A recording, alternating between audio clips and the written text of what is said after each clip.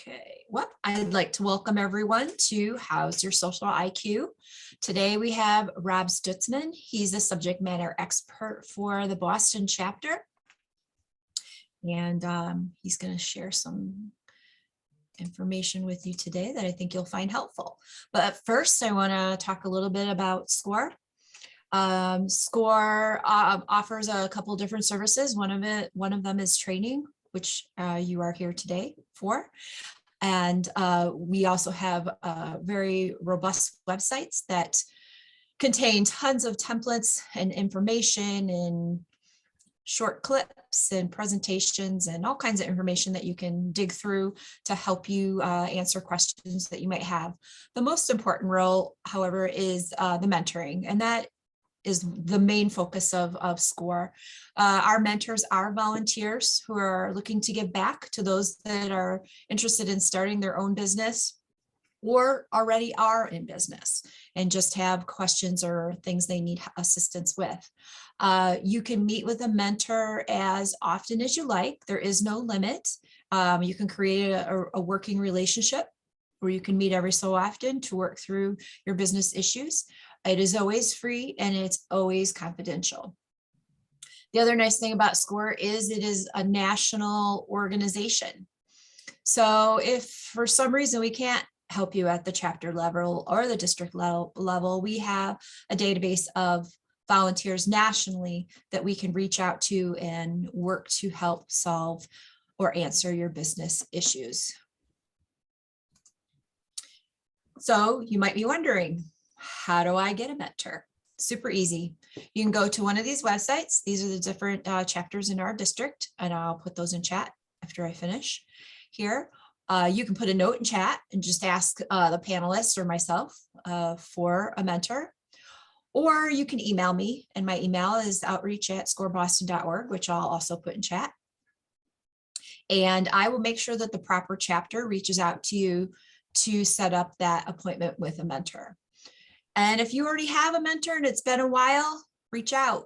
They absolutely want to hear how you're doing, how things are going, hear about new ideas you're thinking about trying, have that conversation, bounce ideas off of them, etc.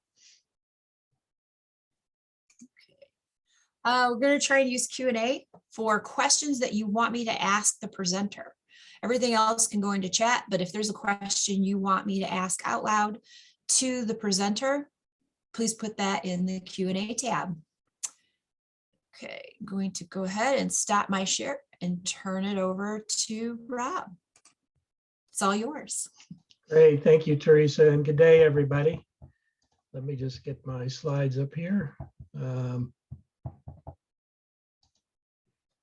What we're going to do is we're going to have Teresa has a quick couple of polls that she's going to put up. And if you want to answer those, that'd be great to get us kicked off. And while she's doing that, I will just, by way of introduction, I'll let you know that I'm a 30-year veteran of MCI Verizon. While I was there, I led global teams in marketing initiatives. I retired from Verizon, and when I did, I started my own LLC, Stutzco LLC, of which I'm the founder and principal, and helping businesses with marketing initiatives. But I also am a subject matter expert with SCORE, and it's an opportunity for me to give back and from the expertise that I was given to be able to give those through the SCORE organization to small businesses. So I had a wonderful career at MCI Verizon, learned a lot, and I'm happy to have the opportunity to give back. And with that, should we close down the poll, Teresa? Sure. Okay. So of the first question, which social media platform do you personally use the most? Not surprisingly is Facebook, and the others, LinkedIn, Instagram, Twitter, YouTube, make out the balance, but far and away, Facebook is the top. For the second question, we asked, which social media platform does your business use the most?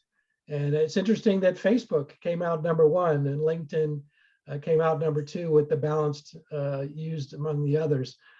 So it's interesting that Facebook not only is the one used most personally, but also the one used most by businesses.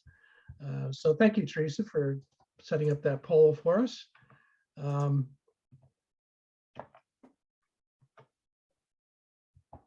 let me advance my slides here. So what we're going to talk about today is we're going to define social media. We're going to take a look at the big 6 platforms. We're going to take a look at what the platforms are, what the key elements are, how the advertising is set up across the different platforms, and then what are some of the use cases?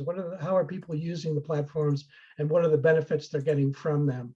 We're going to talk a little bit about choosing the right platform, and we're going to look ahead to the future and what's coming down the road. What are the mega trends within social media? So social media is defined by Merriam-Webster. It's defined as forms of electronic communication through which users create online communities to share information, such as ideas, personal messages, and other content, such as videos. The key thing to keep in mind about social media is just that it's social, that it's creating areas of communities out there. And there are members of these communities that have taken and embraced the platforms, and that they communicate across those platforms. And that provides an opportunity for small businesses then to take advantage of those communities and to talk about their products and services. How do small businesses use social media today? One way is through disintermediation. It's a big word. What it basically means is cutting out the middleman. It used to be that when somebody had a product that they created, they took that product to a wholesaler. That wholesaler then turned around and sold it to a retailer, and the retailer then sold it to the consumer. What social media allows people to do, what it allows small businesses to do now, is to go straight to the customer. They could take their product or their service proposition, bring it straight to the customer, and have them and establish a discussion with the customer about that product or service. Social media enables customer engagement. There's an opportunity for small businesses now to dialogue with their customers. It's not enough just to sell to them. It also gives the opportunity to create dialogue with the customer and get the customer engaged in their product or service. It increases market reach because of the broad spectrum and because of the broad geography that the platforms cover.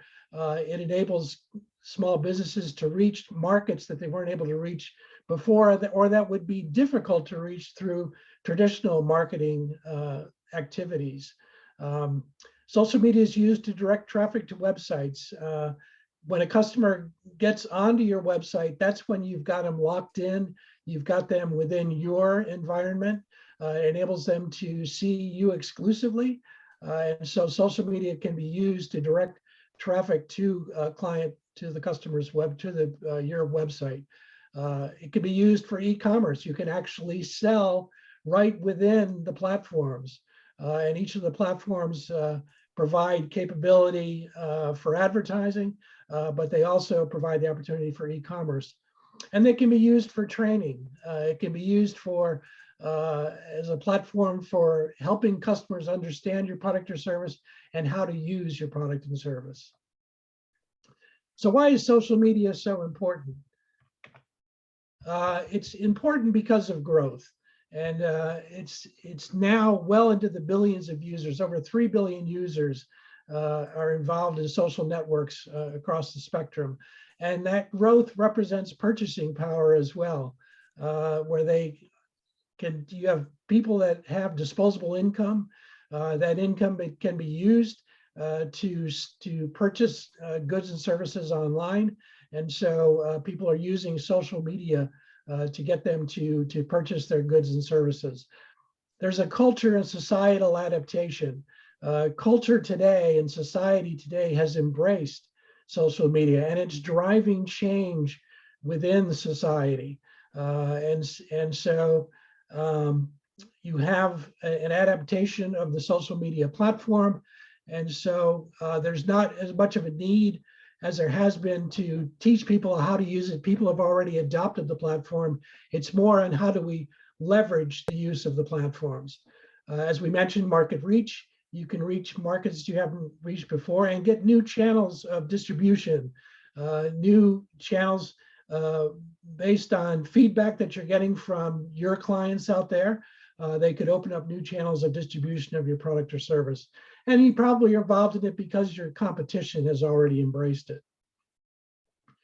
So who are the big six? I refer to these as the big six because of their sheer size and because of their influence and impact, not only on society, but also on e-commerce. And so if you're not actively engaged in these platforms, you're really not actively engaged in digital media. And to harness the power of the big six is to harness the future of commerce. So let me just pause there before we go into the platforms to just see, Teresa, if we have any questions that have come in yet? No questions. Okay, great. So let's go in and take a look at the different platforms. Facebook is primarily a social network. It's an opportunity for people to provide text and photos, multimedia, and they can put those up on a page, on a personal page. There's over 2.8 billion monthly active users, and anthropologists are interested in Facebook because of the fact that it preserves images of our lives that are vastly crisper and more nuanced than any ancestry record in existence. So we're journaling our lives, journaling our society, journaling our culture through this platform called Facebook. Facebook is also the 800-pound gorilla's big brother. It's so big that it is the internet to some people. There are some people out there that use Facebook exclusively, and to them, that is the internet. And so they spend their time on Facebook, and Facebook continues to bring new things to the platform to keep their users engaged. So what are the key elements? There's a user profile and personal timeline. That's where you have the ability to put up information about yourself as an individual, and you can chronicle things that are occurring within your life. There's a news feed where you get items from other people coming in. There's a like button where people can look at the content and rate it and give it a thumbs up or thumbs down, and they can provide a quick indication that your content has been read. There's also instant messaging where you have the ability to use the platform to dialogue with people directly. There's company pages, and setting up a company page enables a Facebook user to see your information within the confines of Facebook. You could always have them link out to your website, but you can also create a company page within Facebook, which enables them to interact with your information directly from within the confines of Facebook. There's groups. These are interest groups. There's hundreds of thousands of groups within Facebook. And if there's a particular interest that you have, there most likely is a group out there, an interest group out there that has that particular topic and that you can interface with and get feedback on your product or service. There's a marketplace within Facebook where people actually can shop for services, and you can use it as an e-commerce platform for your product and service. And there's a Facebook Live where you have the ability to set up an event, and then you can broadcast that event across Facebook through their live channel, and that can create buzz for your company as well. They provide advertising. Their structure is a cost per click, or cost per 1,000 impressions, or cost per like, or cost per download. And each one has its individual price structure. The cost per click will cost around 97 cents. Cost per 1,000 impressions will cost around $7.19. And the cost per like would be a little over $1. And the cost per download will be almost $5.50.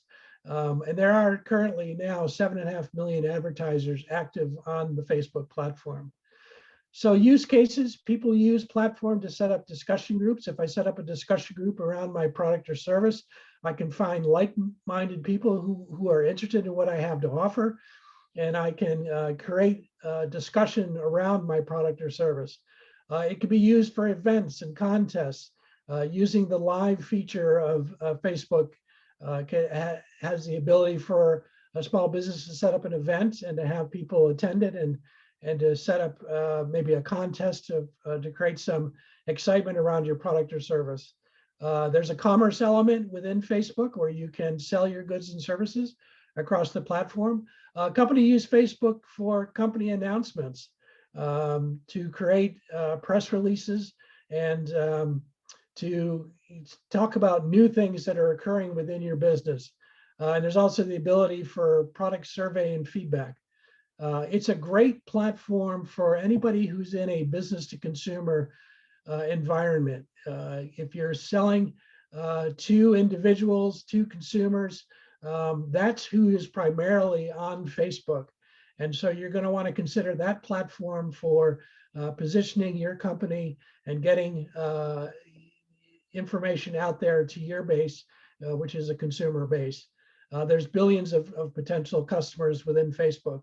It's international in scope, it's having an impact on society, and it's a captive audience. And as I mentioned before, Facebook continues to bring on features within its platform to keep people within and keep them from linking out of Facebook. So if you've got a presence within Facebook, you can direct people to your presence there and then eventually direct them out into your website. Let me just pause there and just ask Teresa, do we have any questions that have come in? No questions. Okay, thank you.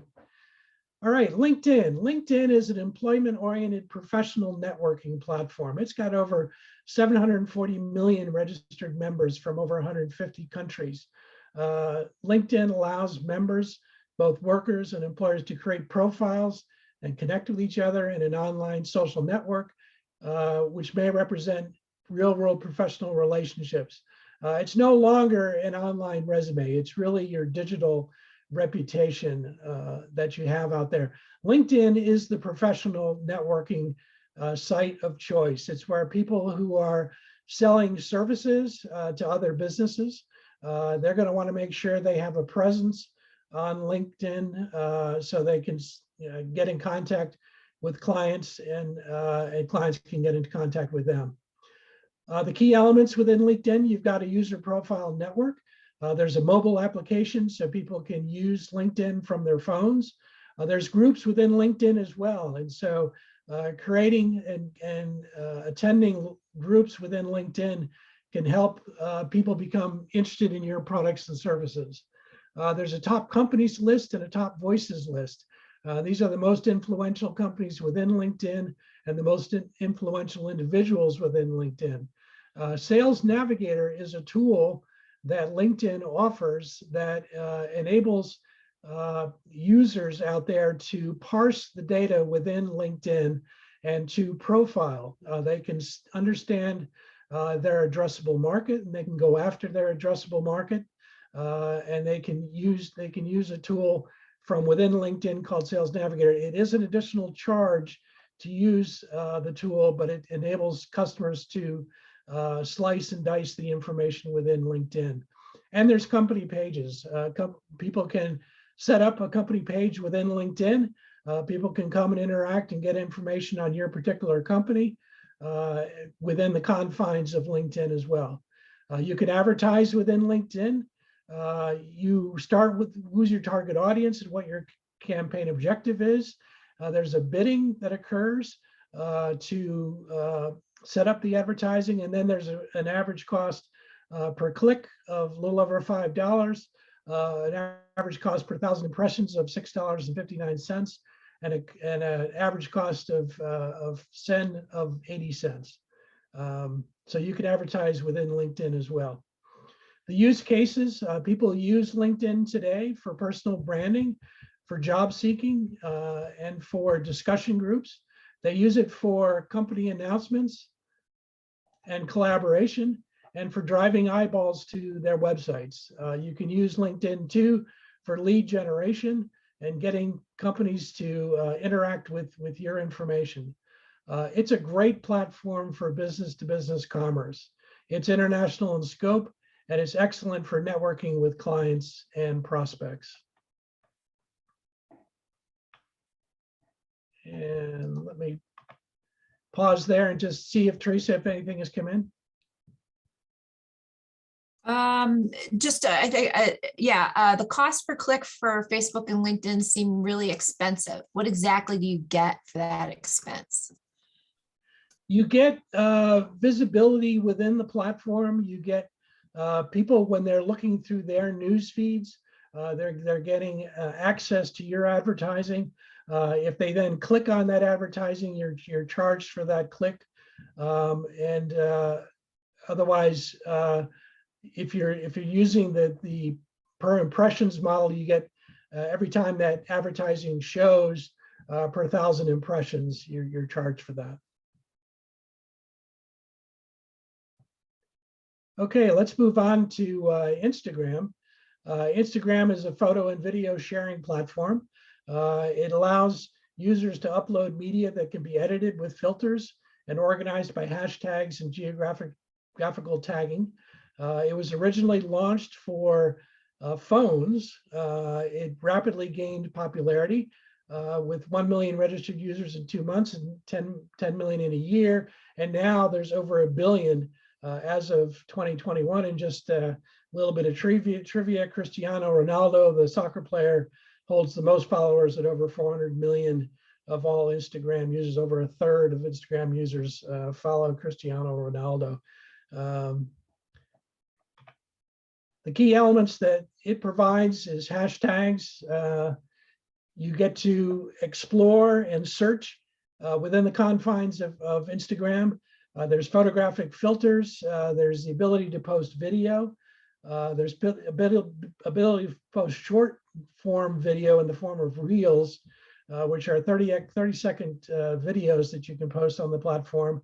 There's Instagram Direct, which allows you to communicate directly with another Instagram user. There's Instagram Stories, which are temporary information that's posted and goes away after a brief period of time. And there's Instagram Shop, where people from their phones can actually shop from Instagram. It's got advertising as well, and it depends on the bidding model that you choose, but it's about $2 per click and $6.70 per 1,000 impressions.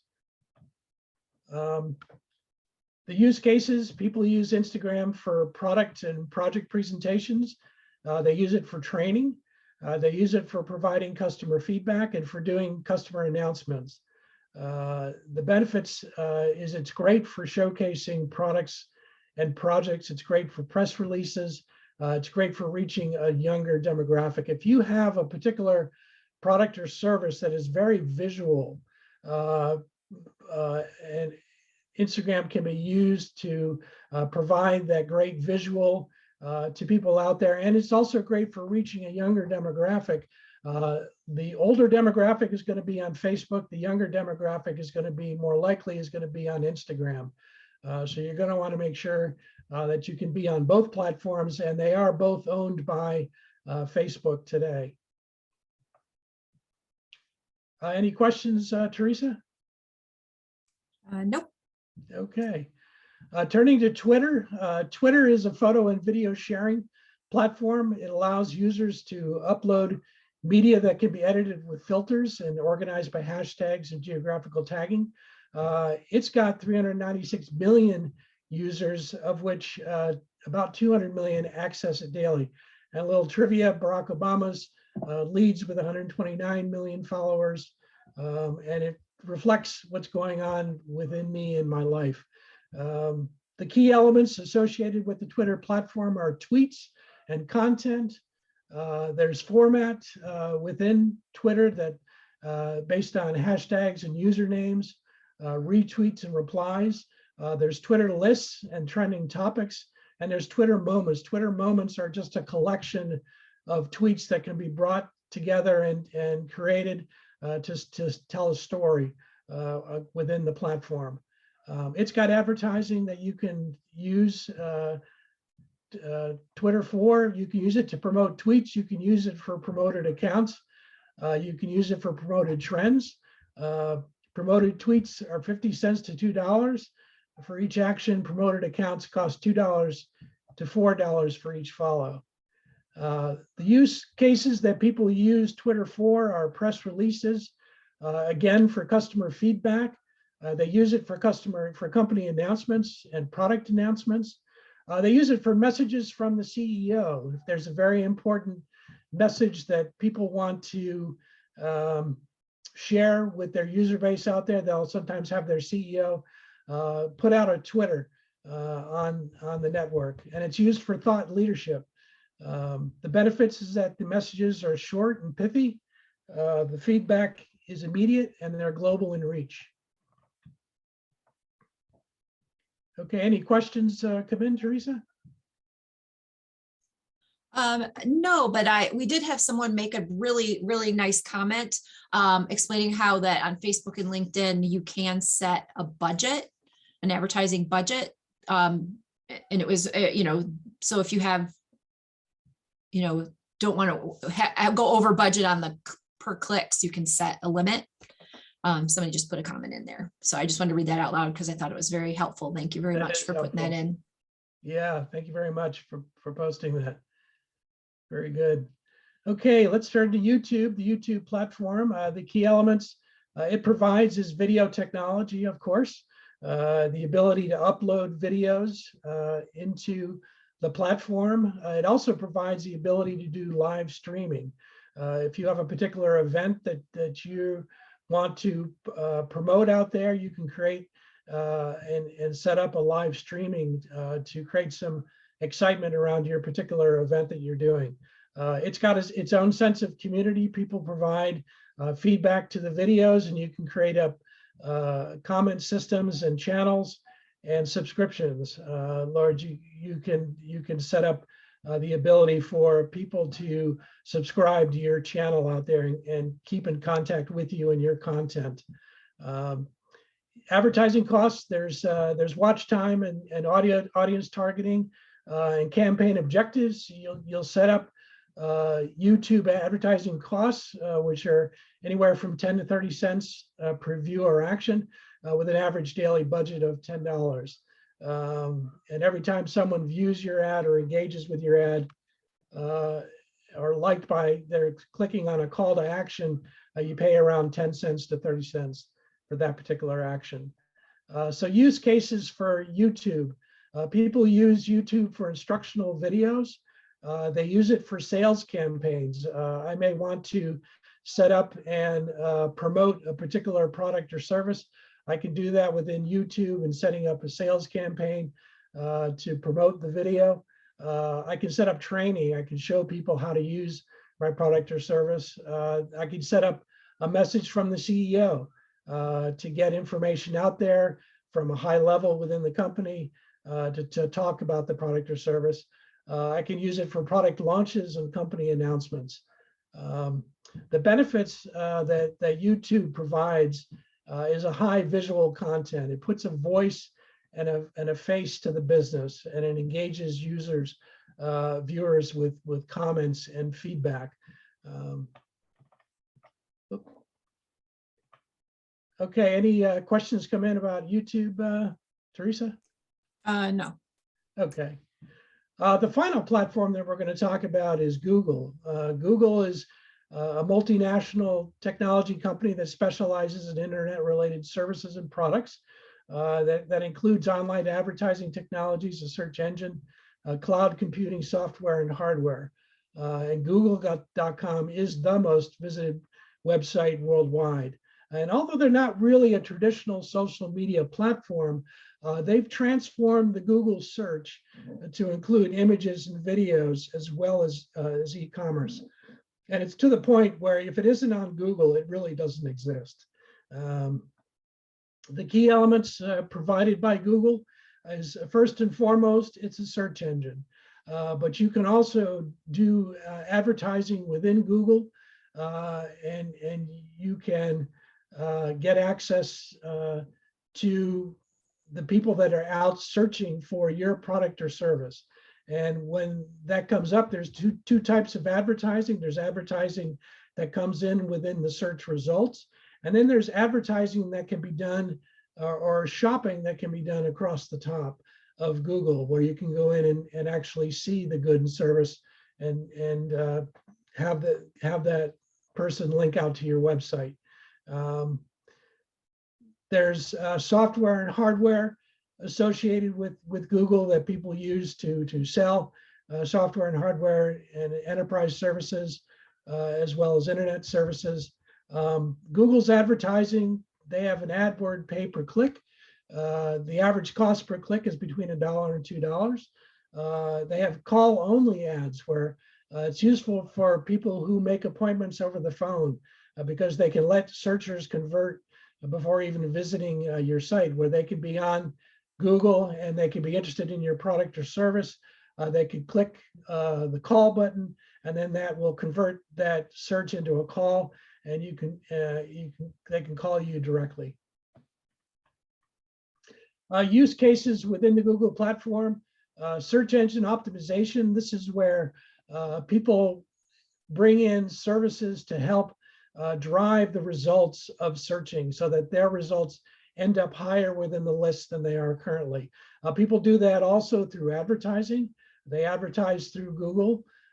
They do it, people use Google today for competitive research as well as market research. They can very quickly see what their businesses, what their competitors are doing out there and what the market is doing out there. And they use it for website enhancement as well. The benefits of Google: it is the #1 site in the world for traffic and eyeballs. It interoperates with so many different platforms out there, and it can drive eyeballs to your website, and it's widely adapted. Okay, Teresa, any additional questions come in or comments? No. Okay, so when you look across all these different platforms, what's really the same between all of them that are out there? Well, they all rely on member contributions and all provide options for advertising. They're all widely distributed and easily accessible, and they're on our computers, our tablets, and our phones, and they're all growing. All have influence on markets and society, all offer community, all offer individuality, and all offer anonymity, or so we think, although there's really nothing anonymous on the internet today. All provide feedback, and all provide an opportunity to dialogue.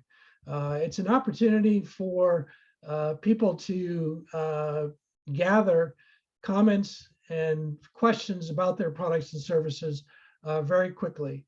Most have a stories feature, and all have video features associated with them.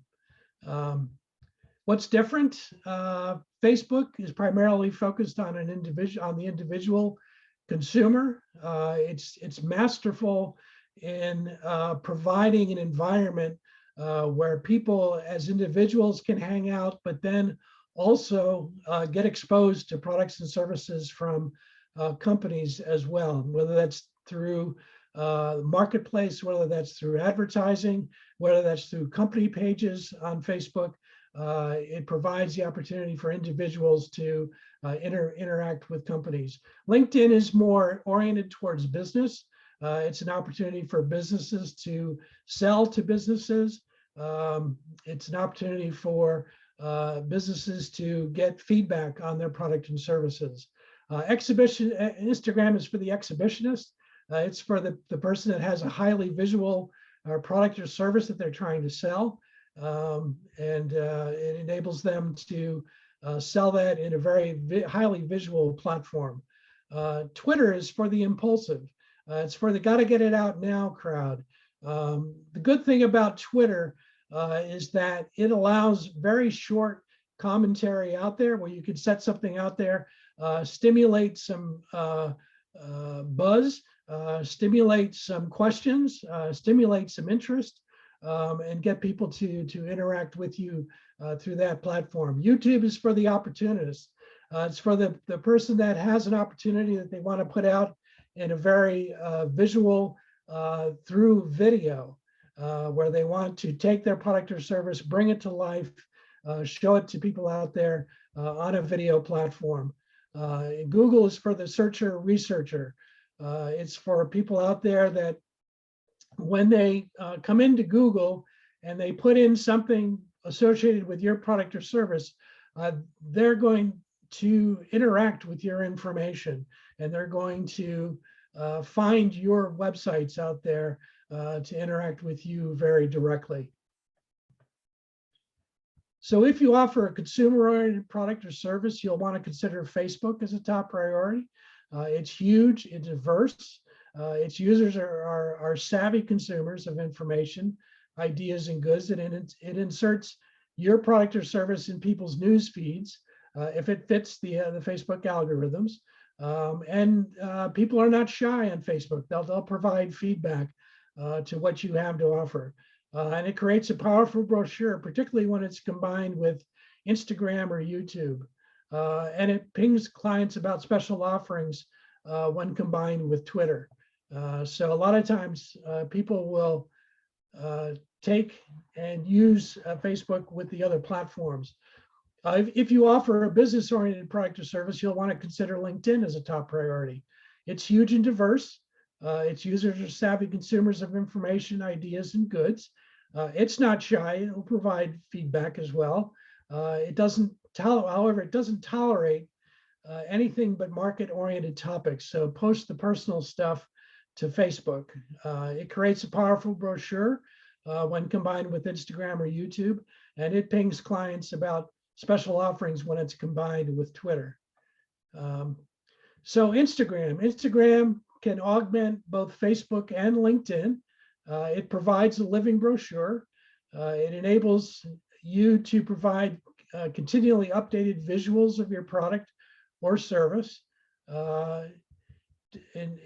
Twitter augments Facebook and LinkedIn. It provides real-time updates to your product or service. It provides real-time dialogue with your customers and prospects. YouTube augments Facebook and LinkedIn by providing a living brochure. It enables you to educate your clients on your product or service. And Google augments Facebook and LinkedIn through search and research. So which should I choose? You've got all of these different platforms that are out there. They've all got millions, if not billions of users. How do you determine which ones are the best ones for your business?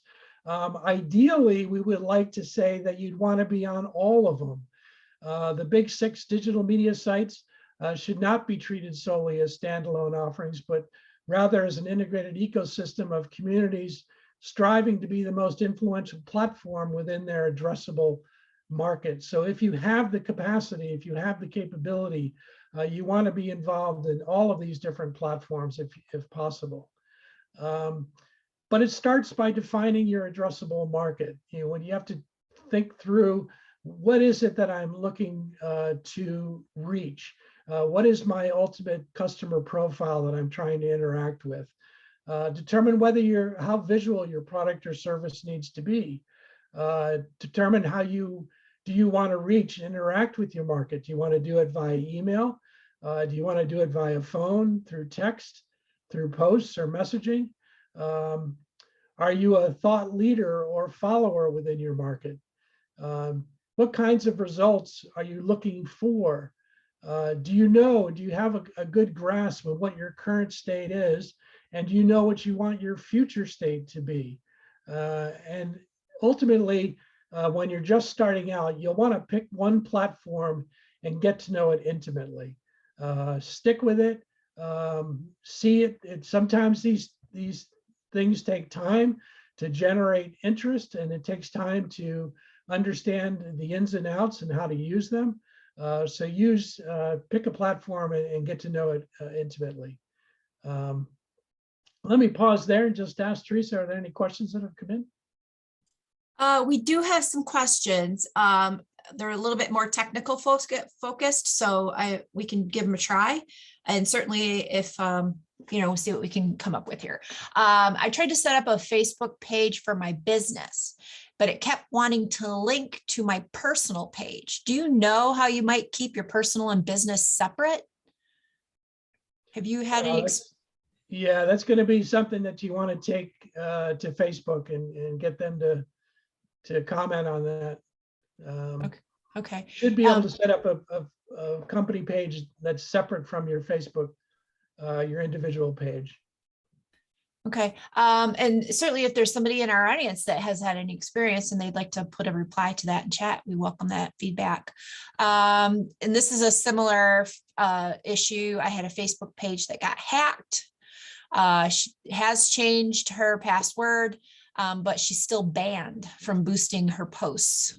Any luck in contacting Facebook? Any suggestions? Yeah, you want to, you really, the best way to do it is probably to Google that situation that you're finding out there. And you're going to find other users that have had that similar thing happen to them. And they're going to help you shortcut and get to that answer to that question real easily. Okay. And our next question is about competitors hiring click farms from overseas to do click up your, drive up the cost on your ads. So that they can gain a greater market share. What measures could a successful business put in place to prevent this sabotage tactic? Yeah, one of the things they can do is they can ban those posts from occurring, or to ban those companies through Facebook to getting them to take them out of service. All right, that's all I have. Okay, great, thanks. Good questions. So then when we look at the mega trends, when we look at what's coming down the road, the first thing is to keep an eye on TikTok. We didn't include that in this particular presentation, but TikTok is already up to 1 billion users. So a lot of marketers are beginning to look at that platform and beginning to see how they can leverage that. Are the big six too big? One of the things that's occurring is some of the ad dollars now are going to some smaller networks, such as Pinterest, where people are finding some of the more niche offerings out there are meeting their needs. And so there could be a sense where the big six is getting to be too big. But social commerce is becoming the norm. More and more people today are buying goods and services within the confines of social networks, and that will continue to grow. And so people want to look at the abilities to sell their goods and services within the platforms. Messaging is replacing phone calls. So much more today, the information going back between provider and consumer is in the form of messaging, which really has replaced phone calls. Long-term videos giving way to short-term form video, except on YouTube, where you can still post long-term video, long-form video. But you need to essentially get your message across in about 2 minutes out there to get people to keep with you and to get your message across. There are entities out there known as content creators, and they are on the rise.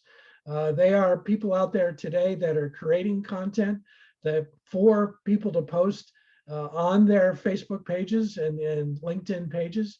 And so keep an eye out for content creators that could help you in keeping that tempo going of messaging within your social networks. Learn the intricacies of paid advertising. We gave you just kind of some high level information on today's call, but you want to learn the intricacies of the paid advertising and understand how you're being charged and what you're getting for those charges. People are today doing what's called social listening, where they're monitoring brands and competitive activity and trends out there on social media to get an idea of how their brands are doing and how they're being accepted within the marketplace. And then social audio is coming to a channel near you. Social audio is where today, if you come in, you interact with information in a text form, or you see it in a picture form, you see it in the video form. Well, more and more, you're going to see audio form coming in the form within these different channels through the form of social audio. Further down the road, You probably have heard of this thing called the metaverse. It's the next thing beyond the internet. It's probably coming in the next 5 years. It's so important that Facebook has changed its name to Meta. And Facebook, Apple, Microsoft, Google, they're all pouring billions of dollars into development of the metaverse. So what is it? It's a hypothesized iteration of the internet, supporting persistent online 3D virtual environments through conventional personal computing, as well as virtual and augmented reality headsets. The best way to think of metaverse is you could think of the shopping experience. Whereas today, when you go in, you go physically into a store, you interact with that store person, you see the goods or service, and then you purchase that good or service. Well, imagine that whole thing done virtually. Imagine the ability to come in, to interface with a salesperson, to virtually take a look at a product or service, and then to purchase that product or service through your experience through the thing called the metaverse. Right now, it's really kind of a technology in search of an application, but with people like, for companies like Facebook, Apple, Microsoft, and Google pouring billions of dollars into the platform, it's going to have an impact. It's going to be something that is here in the future, and it's going to be here in the future in a big way. All right, so with that, is there any lingering questions, Teresa? Not really. Somebody did ask about Clubhouse. Clubhouse is great, and actually as a chapter, we've started to explore that for our use for clients. But I think we're trying to focus on some of the larger platforms today. I don't know if you have any comments on Clubhouse. I don't, no. Okay. Yeah, so I guess that's all I have. So I guess we can go ahead and we'll wrap things up. I want to thank Rob for putting on a presentation to explain all the different platforms for us and providing really beneficial information. And I want to thank all of you for spending the last 50 minutes with us. And I hope you all have a fantastic weekend. And somebody asked about the recording. Yes, it's on the Score Boston website. If you go to take a workshop, you'll find a link to previously recorded webinars, and it'll probably be posted either later today or on Monday. Let me grab the link. It was at the beginning of the present chat thing here. Let me grab that for you. But like I said, you can just go to the Score Boston website. It's under take a workshop, but there's that link. Okay. All right. Thanks, everyone. Thank you, Teresa.